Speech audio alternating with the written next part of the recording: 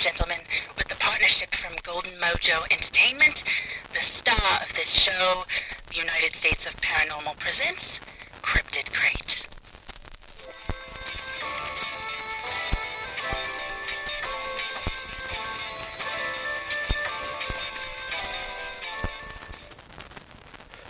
We know now that in the earlier years of the 21st century, this world was being watched closely by intelligence greater than man.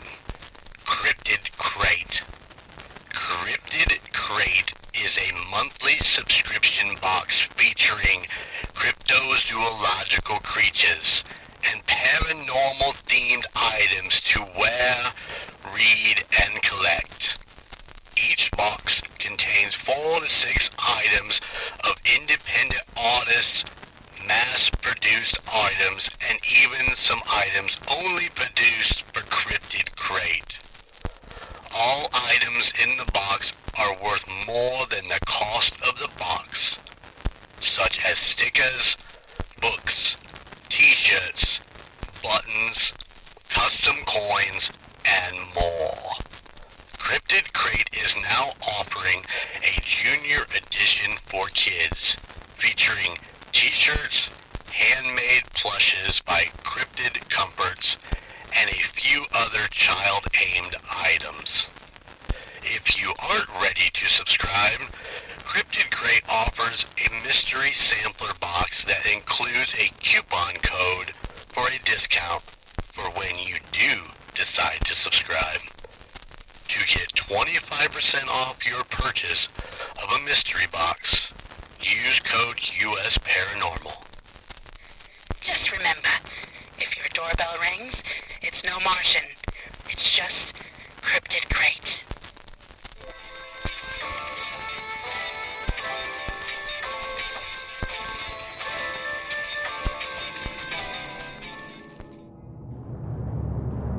Welcome to the United States of Paranormal Podcast. Sit down and buckle up for an enlightening ride through everything cryptid, creepy, and paranormal. Hello, all my paranormal freaks out there. It is I, Golden J, with Alicia. Hello, hello. And this is the United States of Paranormal. I'm ready. Team Boosiers. Team Boosiers, yep. I'm ready for your story this week. You ready for my story this week? I'm so ready. There is a lot of information to kind of go through on this bad boy. So We got time. we do have time. And hopefully you, the listener, have time to hang out with us and learn all about our special story today. But before that, how you doing, Alicia? Oh, I'm good. I'm Thanks. tired, Yeah. man. I've been ran ragged lately. The last 2 weekends. Now, I want our listeners to understand that we record these prior to. They're not a weekly thing where we record them going into the week that they come out. So, as of today, we are 2 weeks out from the wedding, which was amazing. It was beautiful. Oh my God, that couldn't have worked out any better. It was a beautiful day. The officiant was brilliant. Jeremy doesn't have a big head or anything. The DJ, though, was wonderful. Really? I thought he sucked. The DJ sucked. Jeremy was the DJ, too. And you know, the thing is that we had all kinds of issues going into Friday night's rehearsal. Yes. with my DJ computer. It actually crashed. Mm-hmm. And so I had to rush out at 9 o'clock at night and buy a new laptop.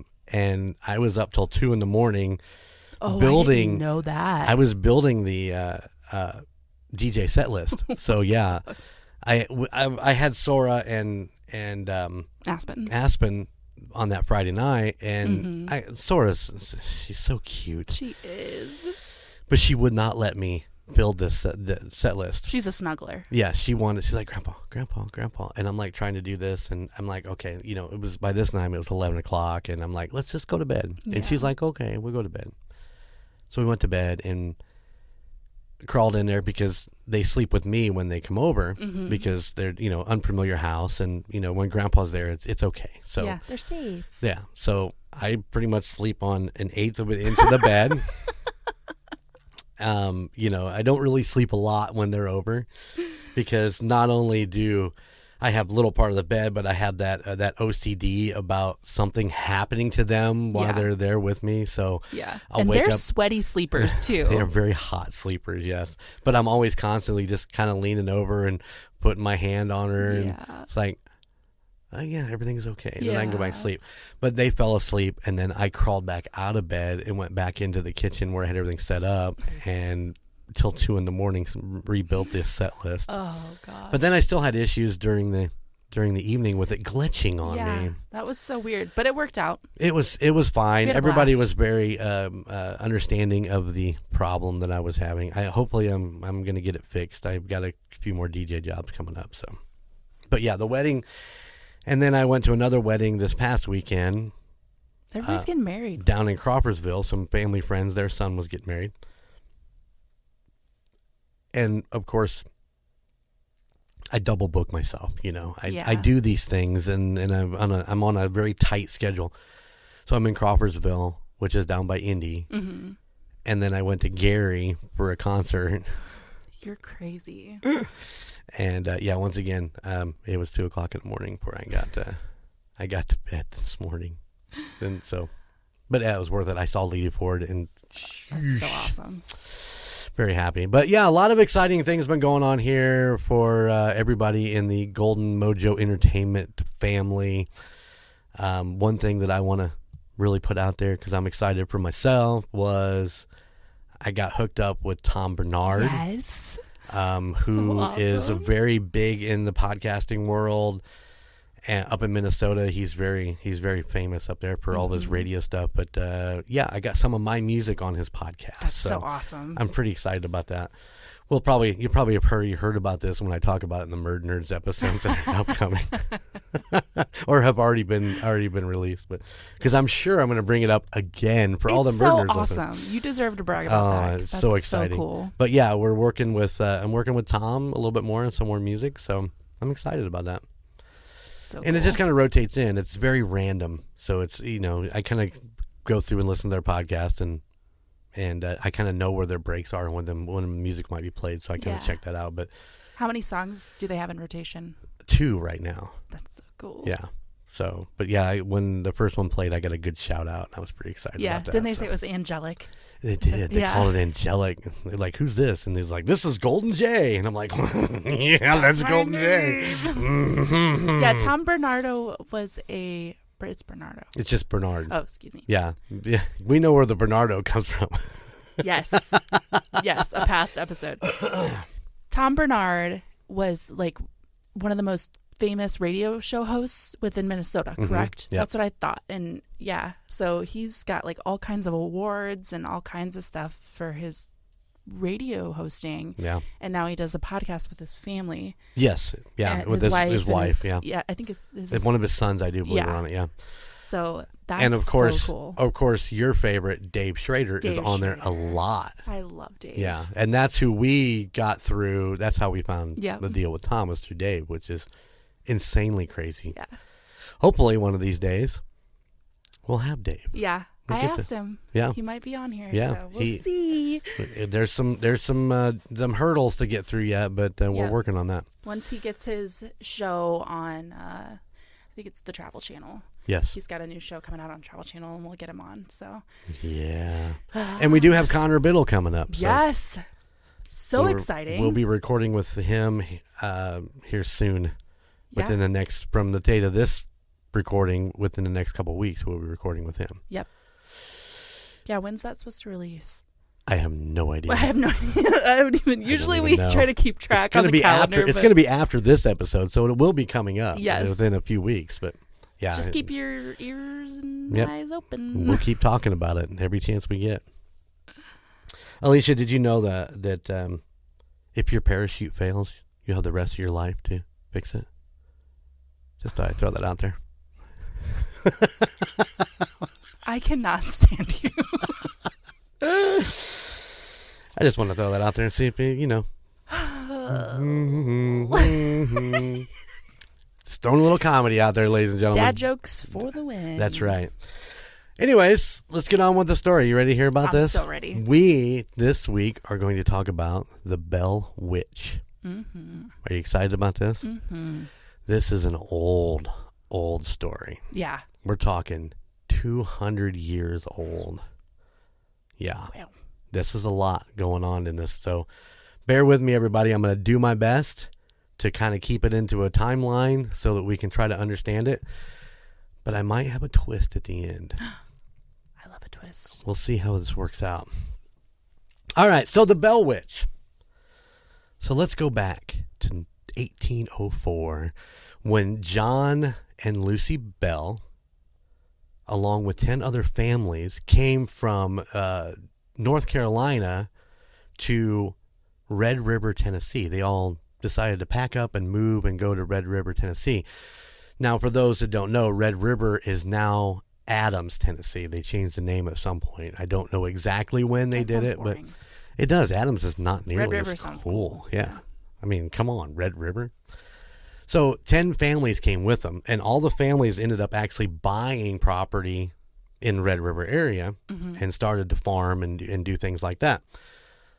In 1816, okay, so what was 12 years later, one of the settlers that came with them, a man by the name of Fred Batts, actually got injured while he was out farming, okay? Oh. He became impaired so that he couldn't work anymore. Yeah. So, in turn, he had to start selling off some of the land that he had. One thing that I'm unsure if they purchased the land or whether they just settled the land. I mean, we're talking about 1804. Yeah, who are they going to buy it from? So I'm just assuming they settled this land and they just kind of went, I'm taking this plot and this plot, and you can have that one, and we'll just be neighbors. Yeah. So John ends up buying land off of Fred, but Fred's wife, Kate, thinks that he took advantage of the situation and bought the land for way cheaper than what they thought it was worth. So Kate swears that she is going to seek revenge on John for all this. Huh. But there is another section of that story where not only did John buy the property, but he also bought a little slave girl off of Fred's brother, Ben. And this is where it gets a little sketchy because, I mean, did they bring the slaves with them from North Carolina? I'm assuming, or did they just pick them up along the way? Like, right. Okay, what are you doing? Come on. Yeah, you're mine now. That's messed up. The girl herself was too young to separate from her mom. So John left the girl there to stay with her mom and then came back to get her. But Ben decided that she was worth more than what John paid for her. So John said, well, then you can just buy her back off from me. Yeah. And John actually got more money than what he paid for the girl. So once again, Kate is pissed that, he's taking advantage of this family and, basically she's going to seek revenge.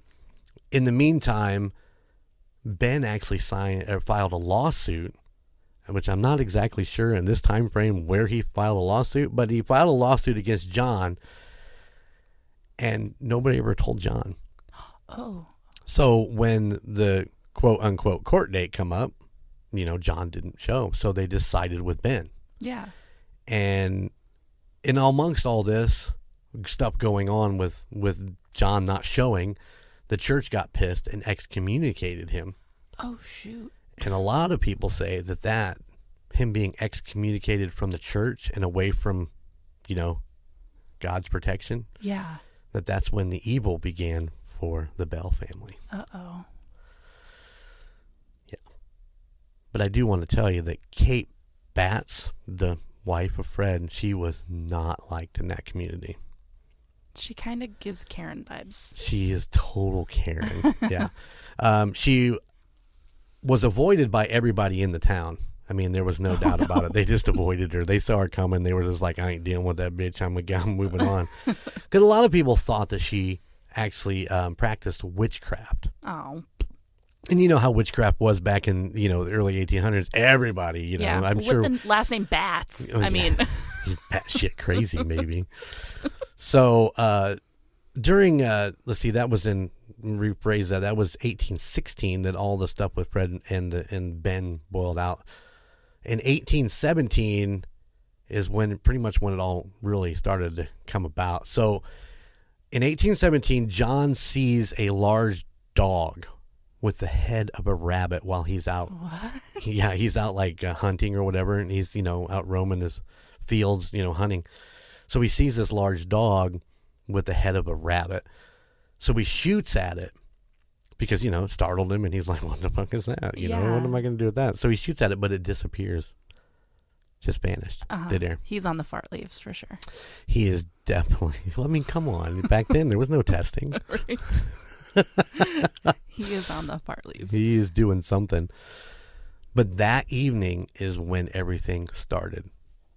And it started with knocking on the outside of the walls of their cabin. And of course, the knocking starts and all the kids and John all run outside to see who it is. And there's nothing there. And they go back inside and the knocking starts again. Just shit like that. Mm-hmm. You're never supposed to go after what it is. Never? That sounds like a stupid idea. So they thought maybe that it was the Bats family just coming over and messing with them. Bats. Bats. Or it could be just regular bats. You just never know. It's like, what is that? That was me knocking. That wasn't anything paranormal in the studio. Not yet. We've been lucky. We've been lucky. But as it progressed into the next few days, everything started moving inside of the house. So the activity that happened inside the house was like the kids were reporting that they could hear rats gnawing on their bedposts. Oh. But when they looked, there was nothing there. It just sounded like rats. I mean, right there, that's enough for me. I'm done. Yeah. You hate any kind of rodent. Any rodent that's fast moving and chews on shit, I am done. Also, like their bed sheets, the kids' bed sheets and stuff would get pulled off their bed. They get their hair pulled and they start hearing voices inside of the house. Oh, shit. So Betsy, which would have been John and Lucy's daughter, she kind of took the brunt of all of this. I mean, she the middle child? She was somewhere in there. She had some younger brothers, I do believe, but she had some older brothers too. So yeah, I guess right in the smack dab in the middle. So she took the brunt of all of this. So she got attacked while she was sleeping. Oh. So, and more so that we talked about the hair pulling, but she would wake up and find her hair tied to her bedpost. Oh my God. Yeah. But you know how she was woken up? How? She was woken up being beaten, smacked in the face. And the feeling of like pins being stuck in her. Jesus. I mean, and it was so bad that there were handprints on her body and her face. Oh my God. Yeah. Holy moly. But that wasn't, she took the brunt of it, but her brothers took the same, they would wake up with the same handprints on their body. Just not as severe as hers. Yeah. Yeah, she got the worst of it. But John, even though he was excommunicated from the church, was apparently still like a big to-do in the community. Mm-hmm. So he told everybody in the house, just keep this under wraps. We're not talking about this. We'll just deal with it.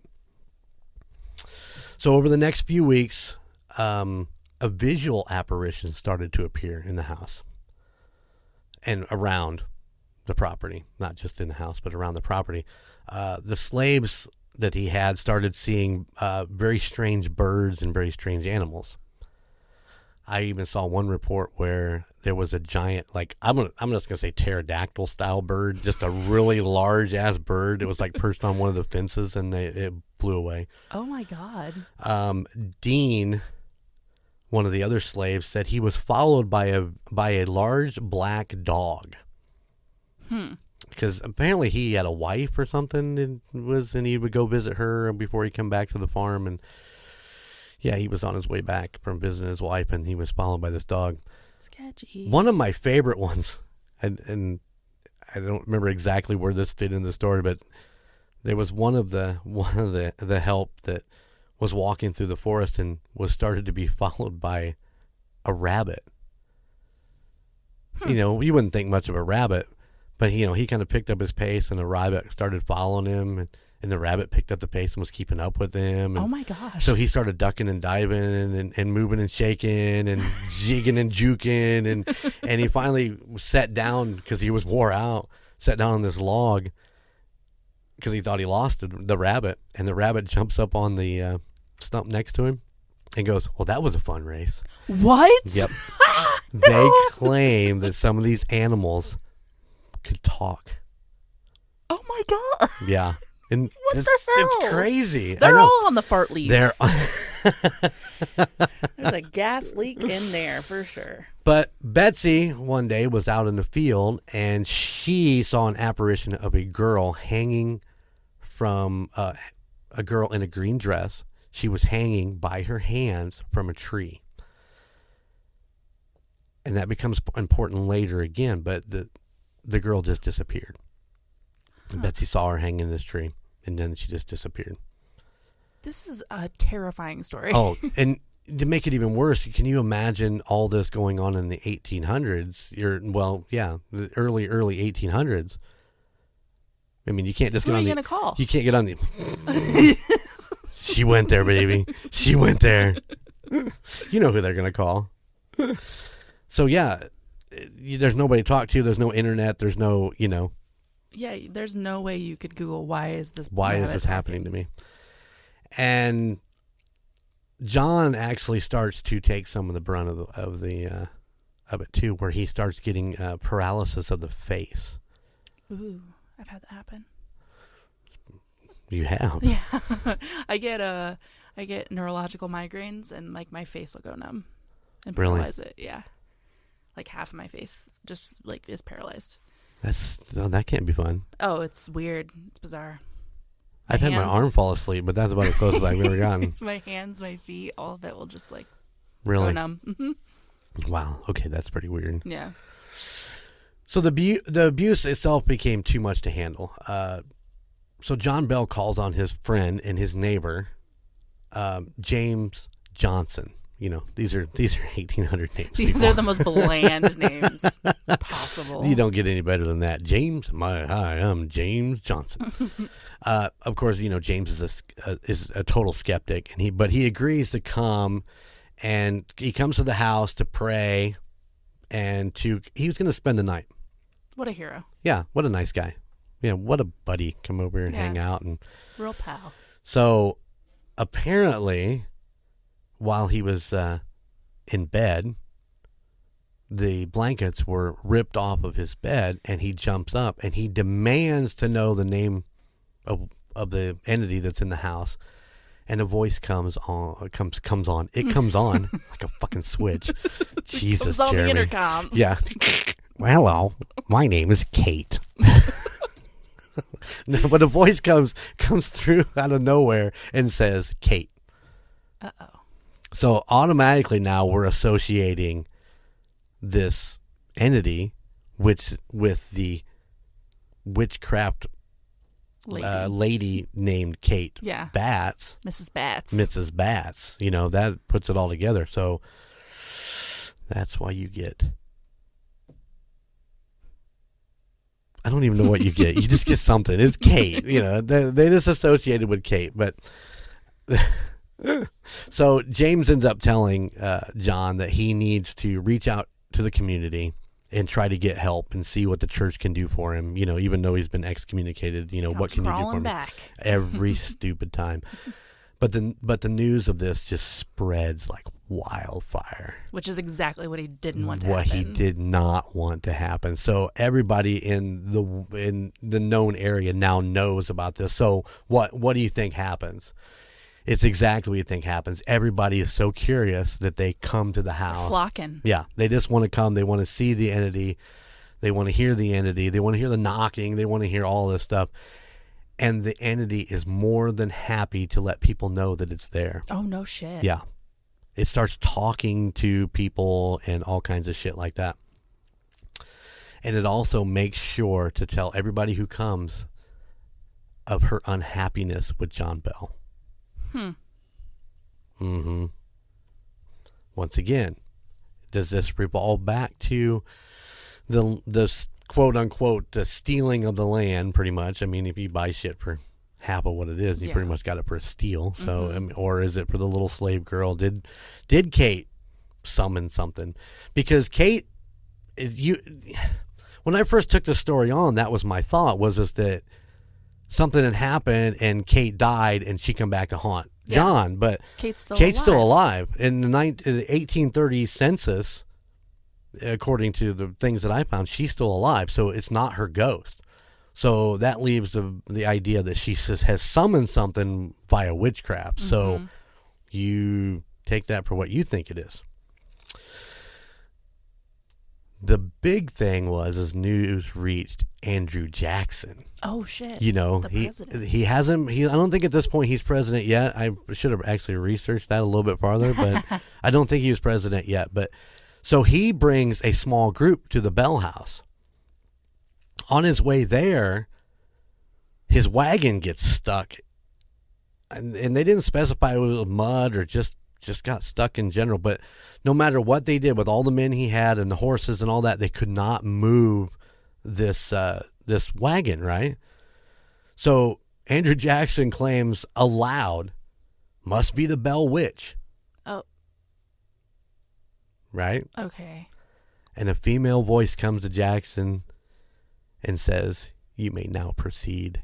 And the wagon just started to go. What? Yeah. The hell? All you gotta do is just respect her. Shit. And you haven't respected her yet. So one of the men that was with Jackson claims to have brought some silver bullets and proclaimed out loud, yeah, you know, you and I know that it's a werewolf thing, but, you know, back in that time, I'm sure that silver bullets just killed just about damn near anything. But he proclaimed out loud that he had come to kill the Bell Witch with his silver bullets. And when he did, his body started to jerk, and he said he felt like pins were being shoved into him. And a voice came out loud.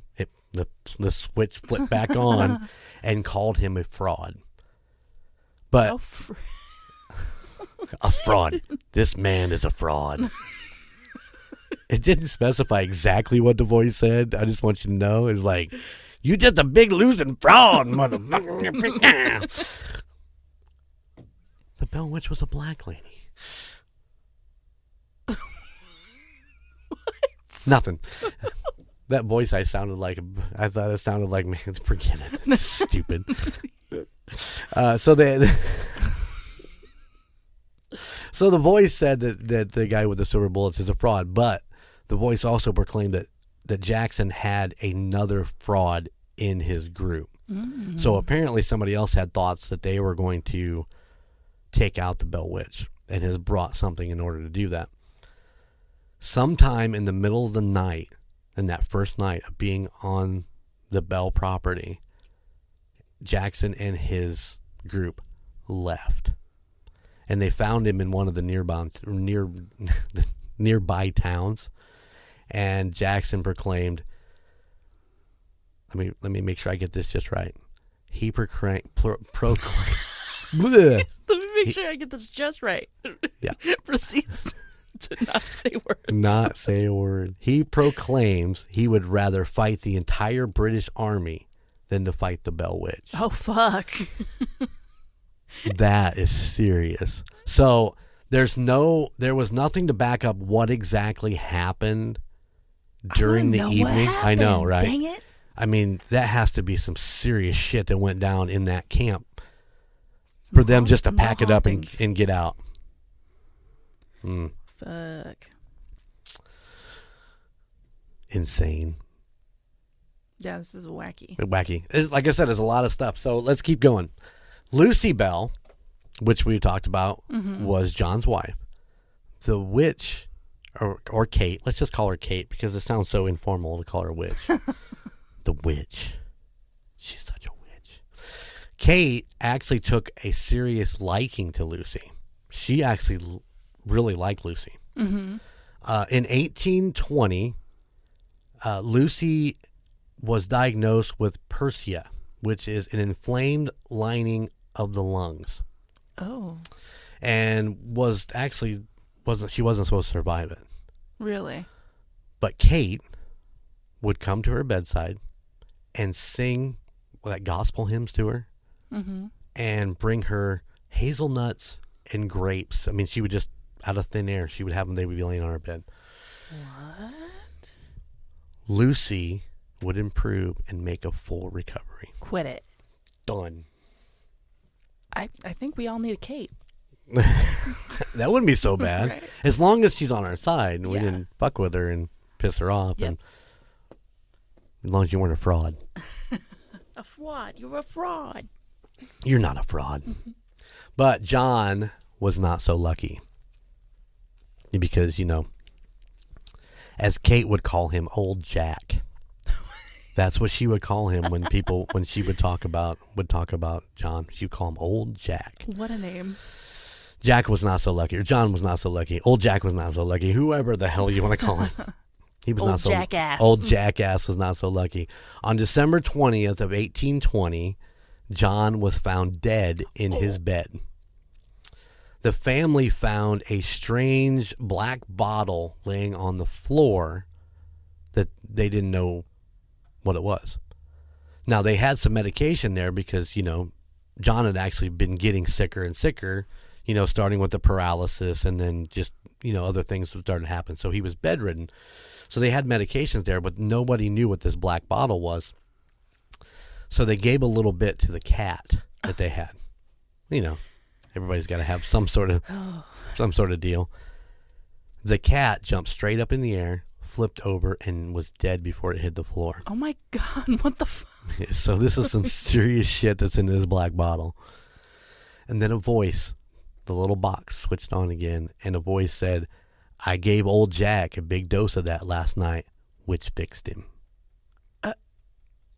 Well. So they took the bottle. Yeah, shit happens. Shouldn't have drank that, Jack. They took the bottle and they threw it into the fire, and it exploded, and a giant fireball shot out of the chimney. Jesus. Mm-hmm. This is the first time in U.S. history that death was blamed on a supernatural entity. Oh my God. Is that the only time? I don't know. I'm not 100% sure, but it's the first time. Wow. I mean, I suppose there could be others, right? Why wouldn't there be? I mean, Kate pretty much fessed up to it. Maybe we could do an episode of Murder Nerds on that. Maybe. Let's see if we can dive deep into that rabbit hole. Gosh.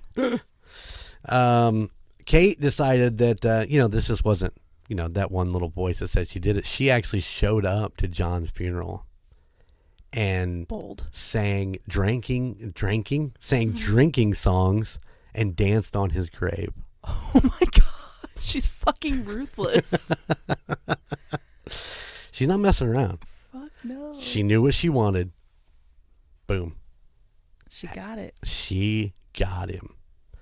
So activity actually diminished after John's death, and it was thought that she had reached her goal and was gone for good until the spring of 1821. Betsy, we're back to Betsy, was engaged to Joshua Gardner. Once again, Betsy's back out, and she's by that tree that we talked about earlier, and she sees the little girl in the tree, and the little girl told her not to marry Josh. Oh.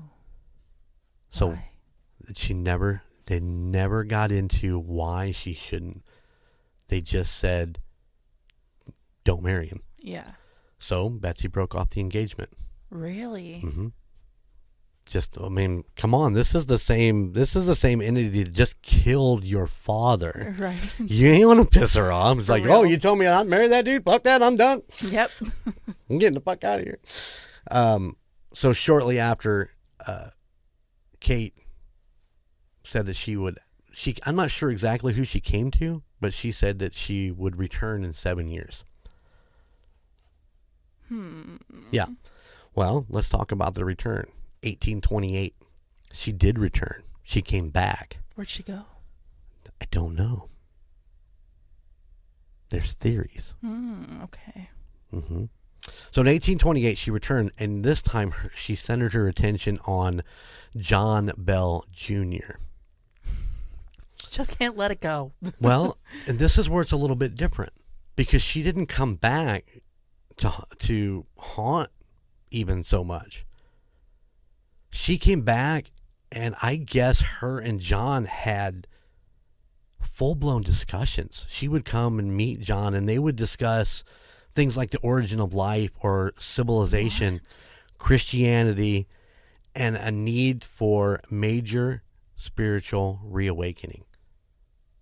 Really? And this went on for 3 weeks. And once again, the entity bidded farewell and promised to return in 107 years to one of John Bell's descendants. What? Yeah. So that would make the year 1935. 107 years would make it 1935. Dr. Charles Bailey Bell, a neurologist, and John Bell Sr.'s, the one that died, great-grandson, he would have been the closest direct descendant in 1935. Now, Dr. Bell published a book that contained the accounts of the conference between John Bell Jr. and the entity. Charles's dad, who was Dr. Joel Thomas Bell, had taken notes during this conference and then passed them on to Charles upon his death. And that book is called The Bell Witch, A Mysterious Spirit. And you can buy it on Amazon. Really? Yeah. I looked it up because I'm like, the stuff that I had didn't actually specify what the book was. But interesting. So his dad, or his great grandfather, actually just took notes during this conferences and then said, oh, here you go. This is what they talked about. That's how we know that they talked about all those things. What a weird discussion to have. I'm trying to figure out why that would be something that you would sit down and talk about. I mean, yeah, with a witch. Yeah, and this is a vindictive witch. Yeah.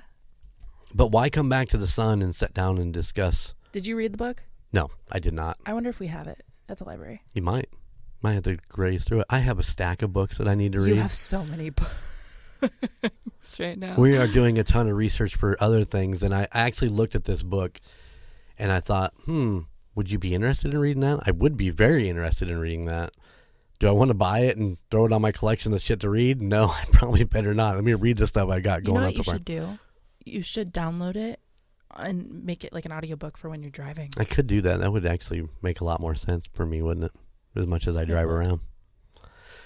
So let me throw a monkey wrench into everything that we've just kind of discussed. This whole timeline of how the Bell Witch came about and all, the murder of John Bell.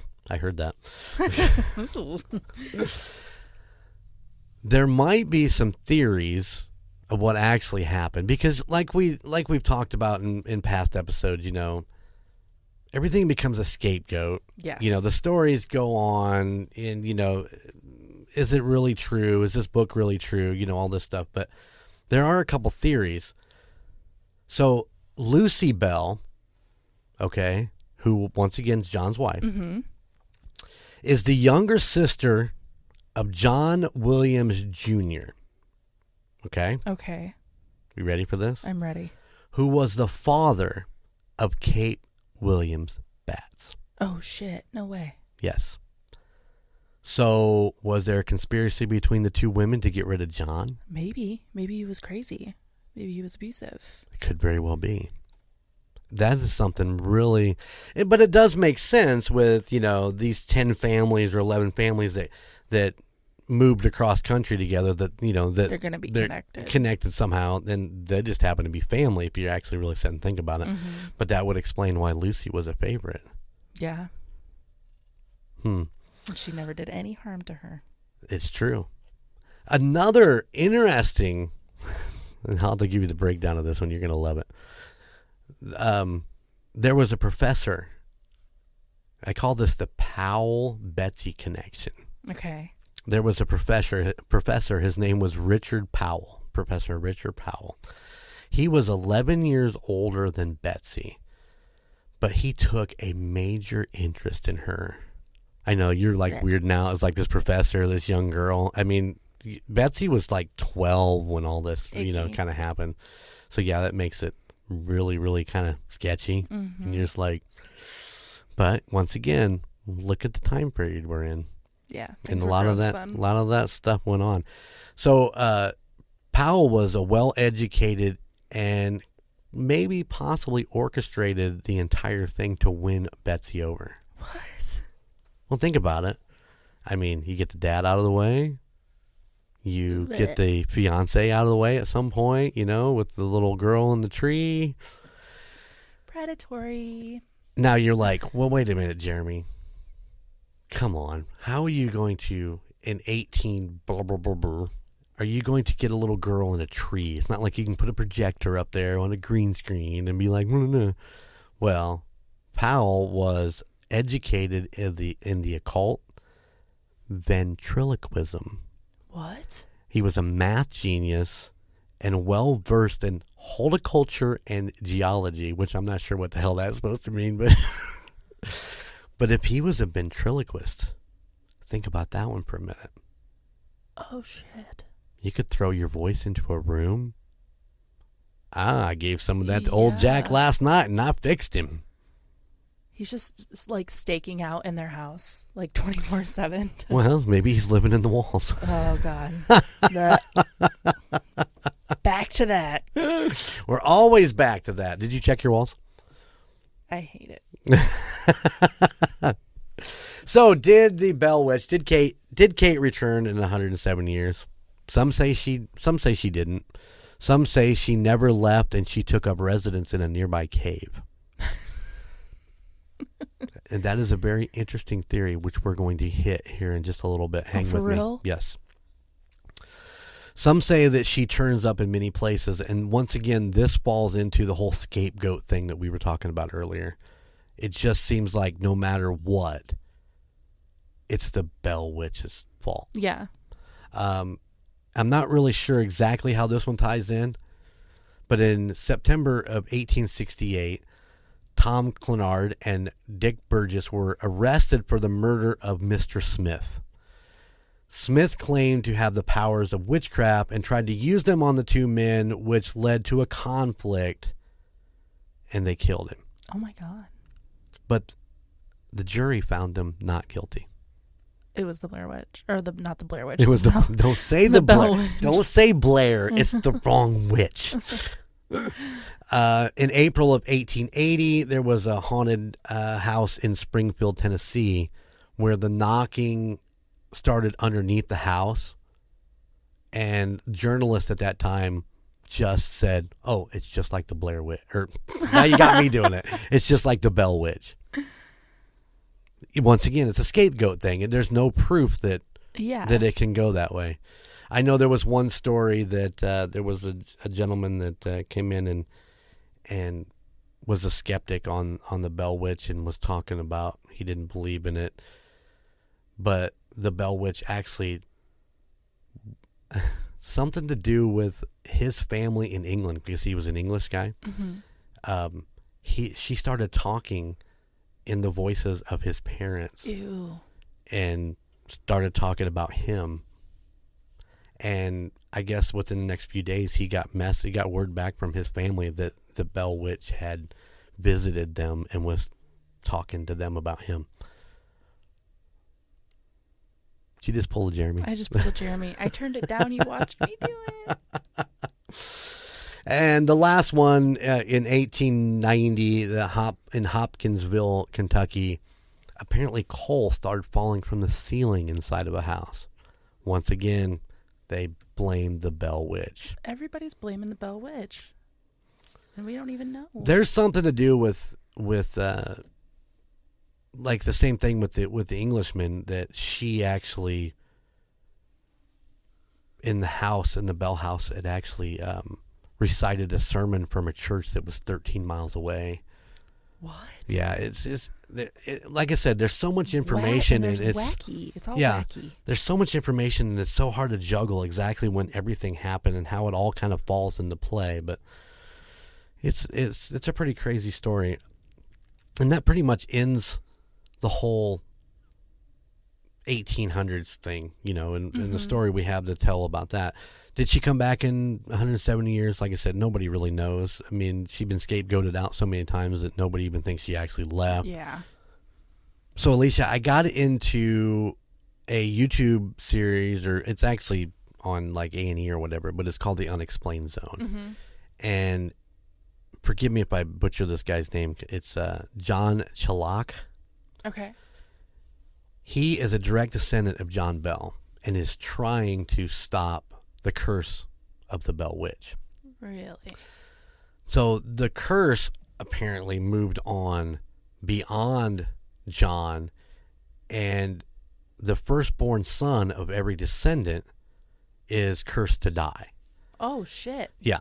So the great-grandfather, William, was crushed in a freak logging accident. He was crushed by logs. Oh, my God. Their great-uncle Hank went insane and hung himself. And cousin Rich died in the desert all alone of a sudden heart attack. What? So these are the firstborns of some of the descendants of. So John is actually trying to stop the curse because his son is cursed. It was the firstborn, and he's really concerned. So it's a couple episodes, and it's a really good watch if you get a chance to see it. I mean, they're 45 minutes or whatever because they were TV shows. Mm-hmm. But it goes through John's journey on trying to figure this out. He'd done all the stuff that we would normally think that he would do. He went to the Bell cabin, which now is not even really the cabin. It's like been torn down and rebuilt, so it's like a copy of it or whatever. I think there's some actual wood that was used from the original cabin in this one, but I mean, as far as it being the original Bell house, it's not. So he goes and he does all this stuff, and they end up going with a woman who knows where Betsy's grave is at. Okay. So they go out to the grave and they do the meters and the EVPs and stuff like that, and they put it on and they start asking her questions. And Betsy actually responds quite a little bit, between the lights and the questions they ask. But they determine that the curse, the witch, doesn't come from Kate Batts. Okay. It comes from the ground. Here's your twist. John Bell built and farmed on an Indian burial ground. Oh, no. So they had known this when they went out there, so leading them into this is not really crazy. But yeah, we are determined. I'm sold on it. Yeah, I think it makes way more sense that it's an Indian spirit that is pissed that he come in and started basically farming on this burial ground. This now brings us back to the cave. Yes, the cave. The cave. Check this out. You're gonna love this. The cave in which they say that the Bell Witch they thought maybe she retreated to, is actually right there on the burial ground. So the bluff that goes over the entrance of the cave is the actual burial ground. So the cave is just kind of underneath it, but the burial grounds are up above it. Okay. They estimate this burial ground to be anywhere between 3,000 and 5,000 years old. The bodies were buried setting straight up and facing the east. What? So that's how they kind of got the time period. I don't know how that really works, but that's how they say that maybe the time period they can set that. For that to 5,000. their traditions. Yeah. They believed it to be the Chickasaw Indians. but there's also bodies buried in the cave. Oh. Now, the cave become interesting in more ways than one, really, because there's all kinds of stuff in there. They actually took a little Indian girl's grave that they found down by the river and moved it into the cave for tourist things like that. Oh, that's kind of But at some point, somebody broke in and stole her remains. They stole the native girl's remains. Yeah, that can't be good either. But that's so fucked up. Yeah. Why would you want to do that? I mean, it doesn't even make sense. But no, it weirds me out when like mummies, people like that's a really common thing is to take mummies and put them on display in museums, and I'm like, that's kind of weird because could you imagine like let's go dig up grandma and let's put her on display. Yeah, ugh. She wants to sit in the rocking chair in the corner. Give her route me up beside the jukebox. All the reasoning behind the cave and the burial grounds on the bluff is they believe that there is a vortex or a portal to the spiritual world inside this cave.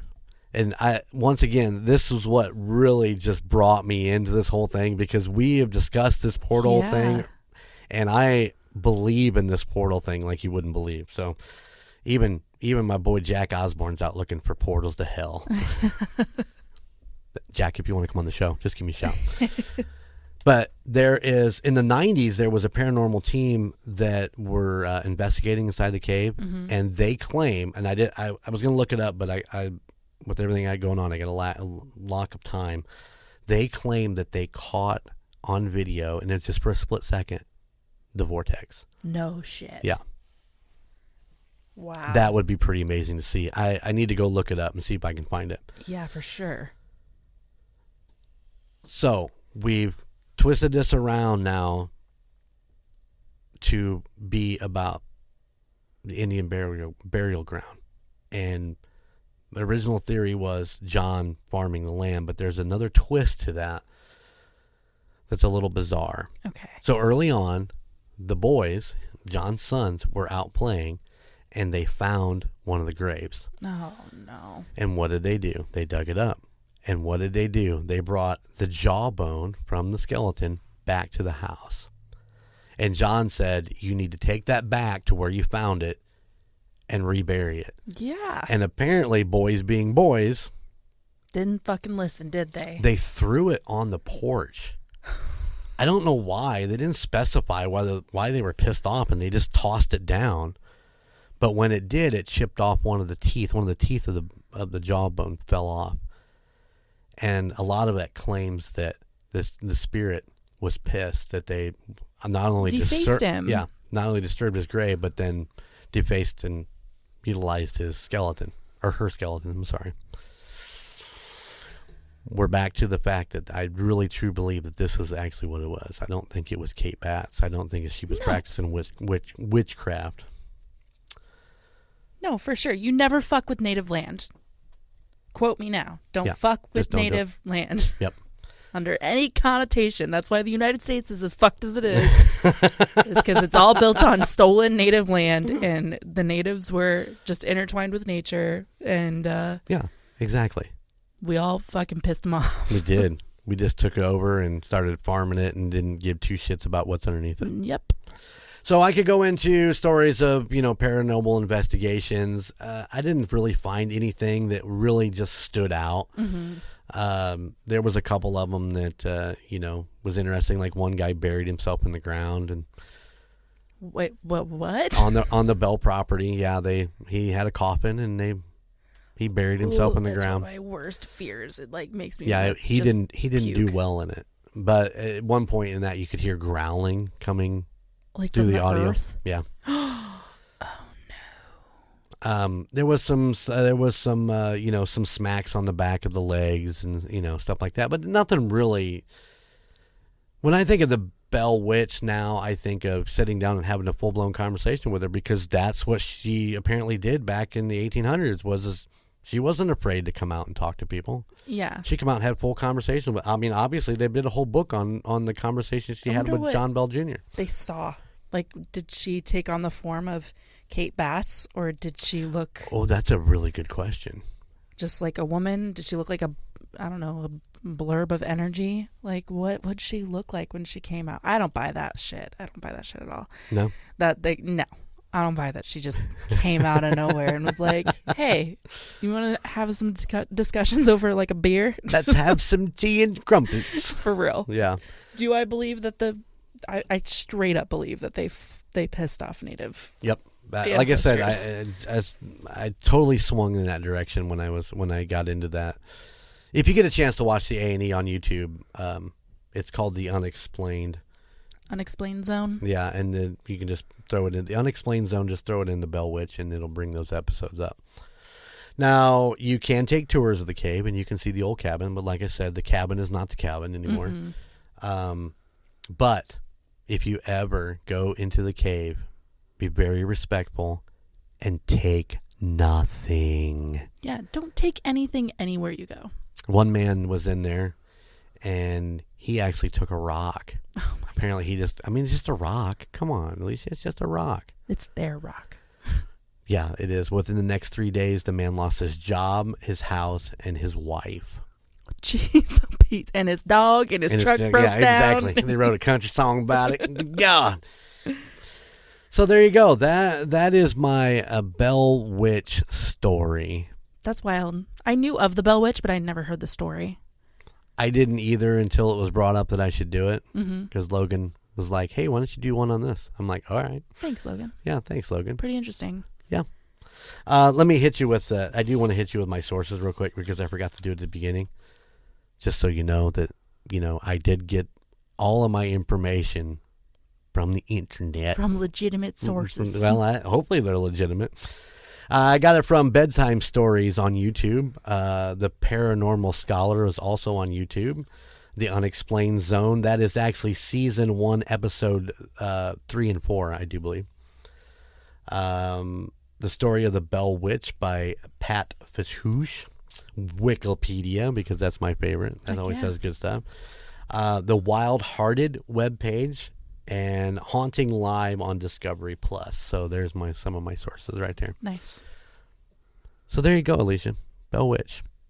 Yeah, I think the Bell Witch is just really a bunch of, you pissed off the natives and you shouldn't have done that. I can't imagine back in that time coming through there and then just plotting land and not knowing what you're farming on top of. Yeah, well, and I just feel like even now, would you go to the cemetery and just like fuck around on the graves? What?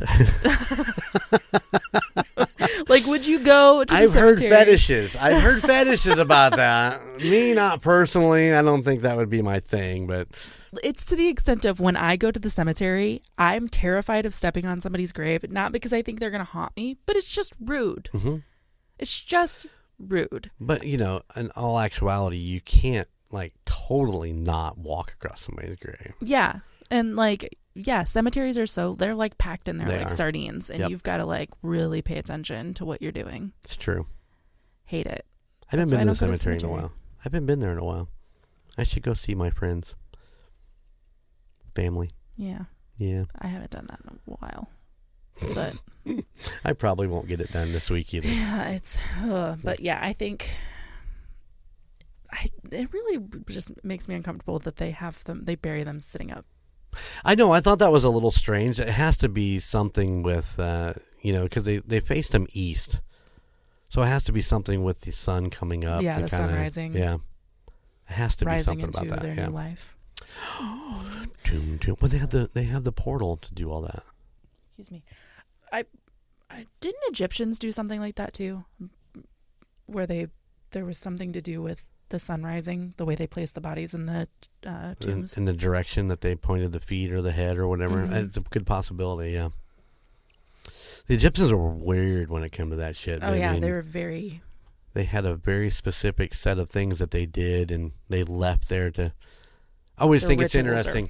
I always think it's interesting, the whole coin theory, when they in the old days, used to put coins on somebody's eyes to pay the ferryman to take them across the way. I always thought that was really interesting. And they do that in a lot of different religions and traditions and cultures and stuff, which it brings you back to Greek and Roman traditions where you took the ferry. What was the farrier's name? Do you remember? I just always called him the ferryman. I don't know. Did he have a specific name? I'm pretty sure. But someone tell us. I'm sure someone knows. Roy's like super into Greek and Roman mythos, so I bet I could ask him and he'd know. But yeah. Damn it, Roy, why aren't you here? Right. I'm looking at an empty chair. Yeah, that was a pretty cool story. I thought it was very interesting. I spent a lot of time watching the YouTube videos and stuff and taking notes and trying to, like I said, that there's so much information there. I'm sure I missed a ton of stuff that, happened. It's hard not to. Yeah. But just trying to keep the timeline straight was insane. That whole, I'll be back in 7 years, and then I'll be back in 107 years. Yeah. Did you really leave? Right. Are you in the cave? For real.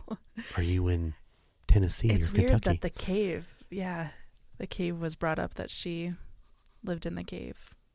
Well, I think a lot of people at that point when maybe that speculation happened, that they knew about the Indian burial ground, and maybe that's what they were thinking. So John has went through a bunch of stuff to try to lift the curse and to apologize for his ancestors, including building a monument and then sacrificing it by burning it.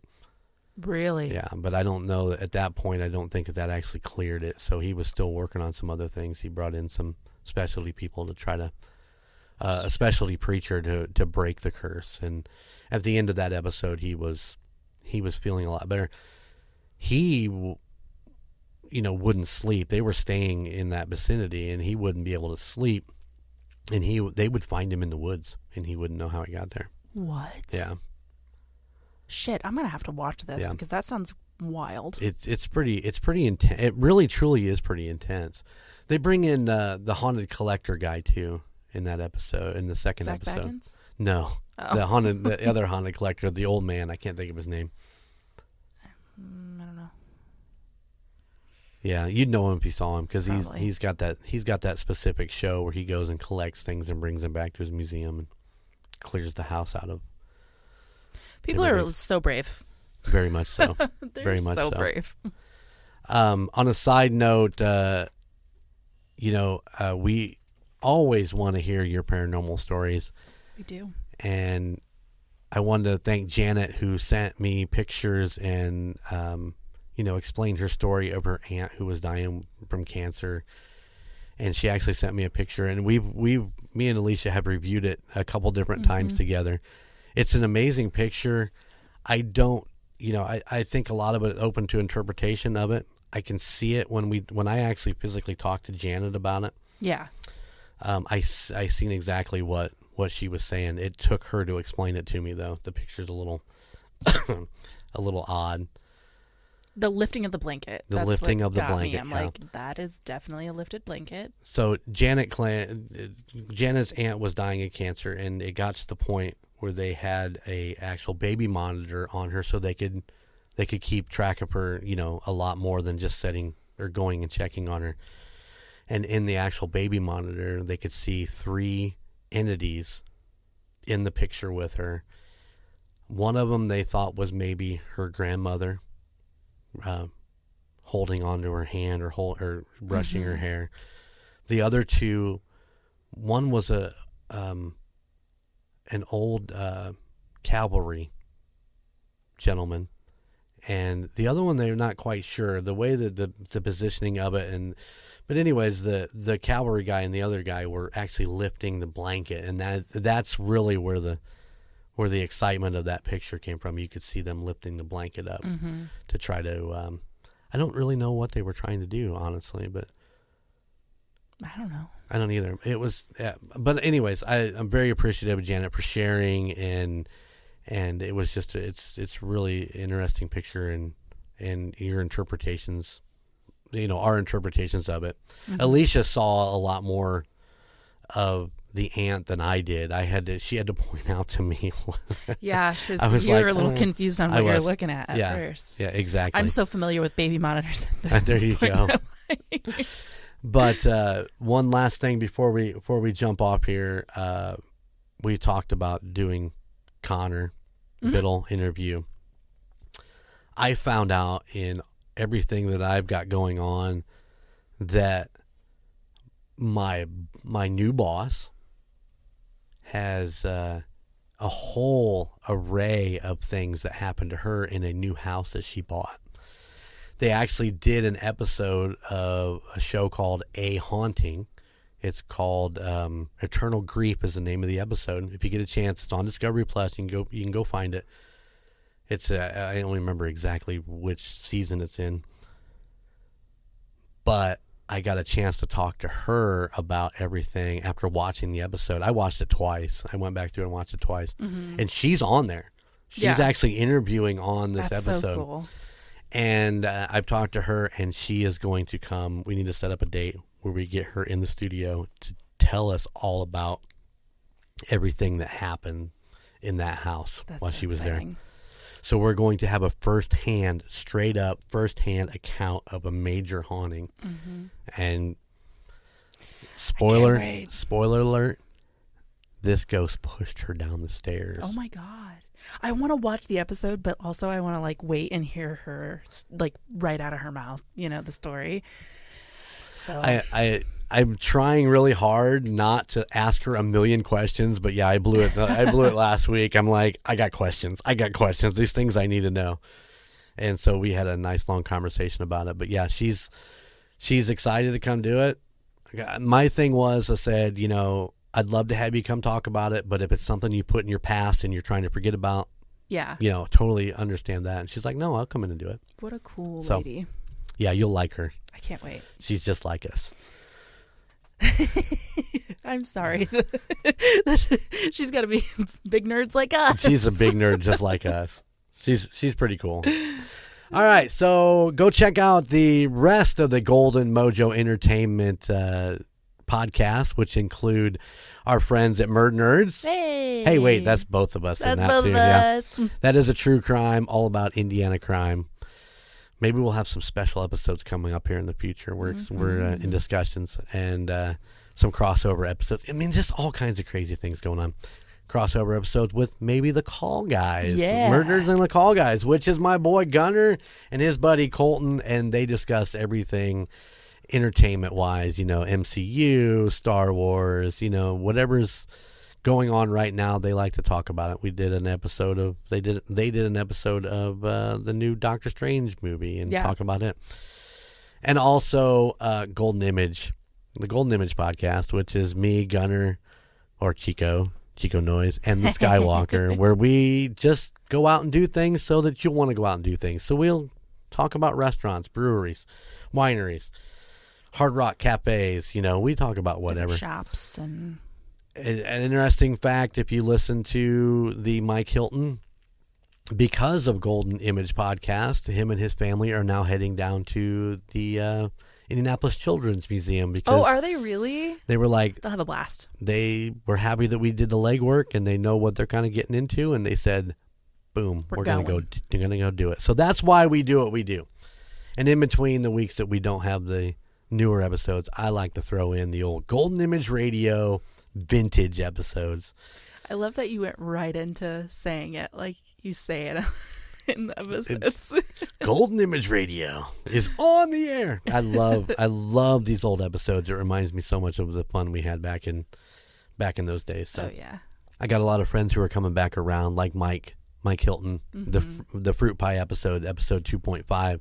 Mike come back and actually did a live studio episode with us to kind of catch up with him. And so, yeah, it's pretty cool. I'm loving it. Yeah, that's pretty awesome. All right, gang, that's all we got. Check us out. If you need anything, you can get a hold of us at goldenmojoent@gmail.com, or for paranormal, if you got a story you want to tell us, or pictures you want to send, you can send that to the United States of Paranormal @gmail.com. I want to see pictures. I want people to send us pictures. I love the stories. I love the pictures. Yeah, so for sure. Pretty exciting. All right, Alicia, you good? Our social media. Follow us on social media. We're on Facebook, Twitter, Instagram. We've got a Golden Mojo Entertainment TikTok page that I'm trying so hard. I shot a video last night that I was going to send you, but I was like, what's the point? It's like a 3-second video, and I'm like, it's me, Golden Jay, hanging out with Skid Row, and I flip the camera around, and you get my face back with a big-ass smile on my face, so I'll send that to you. Yes. You can have fun with it. Yes, for sure. Yeah, thank you for backing me up. I didn't even write out my socials, so. Oh, and we have some killer merch on our merch store, and we're still having the competition with Team Tejas for who can purchase the most, or who can sell the most road sign T-shirts. shirts. Yep. Yes. So go buy a Team Boosiers road sign shirt. Yep. They're really cool. We have them. They're super soft and wonderful. Yeah, they're so comfortable. But mine all the time. Make Team Boosier your favorite part of the United States of Paranormal. Because I have a soothing voice, and now all you want to do is run out, buy a T-shirt. If you get a Team Boosier shirt, you can wear it out to the pub. You can wear it out to the concert. You can wear it out to the park. Wherever you want. Sorry, that's all I got. Thank you guys so much for listening. And you know what? We'll see you on the other side. To support other Golden Mojo Entertainment productions, check out Golden Image Podcast, The Call Guys, and Murd Nerds wherever you enjoy listening to podcasts. To see photos and find new episodes of the United States of Paranormal, follow us on our social media. Twitter at TUSOPPOD, or Instagram at the United States of Paranormal, and Facebook, the United States of Paranormal. If you have a place that you'd like us to look into, or would like to share your spooky story that we can read on the air, please email us at theunitedstatesofparanormal@gmail.com.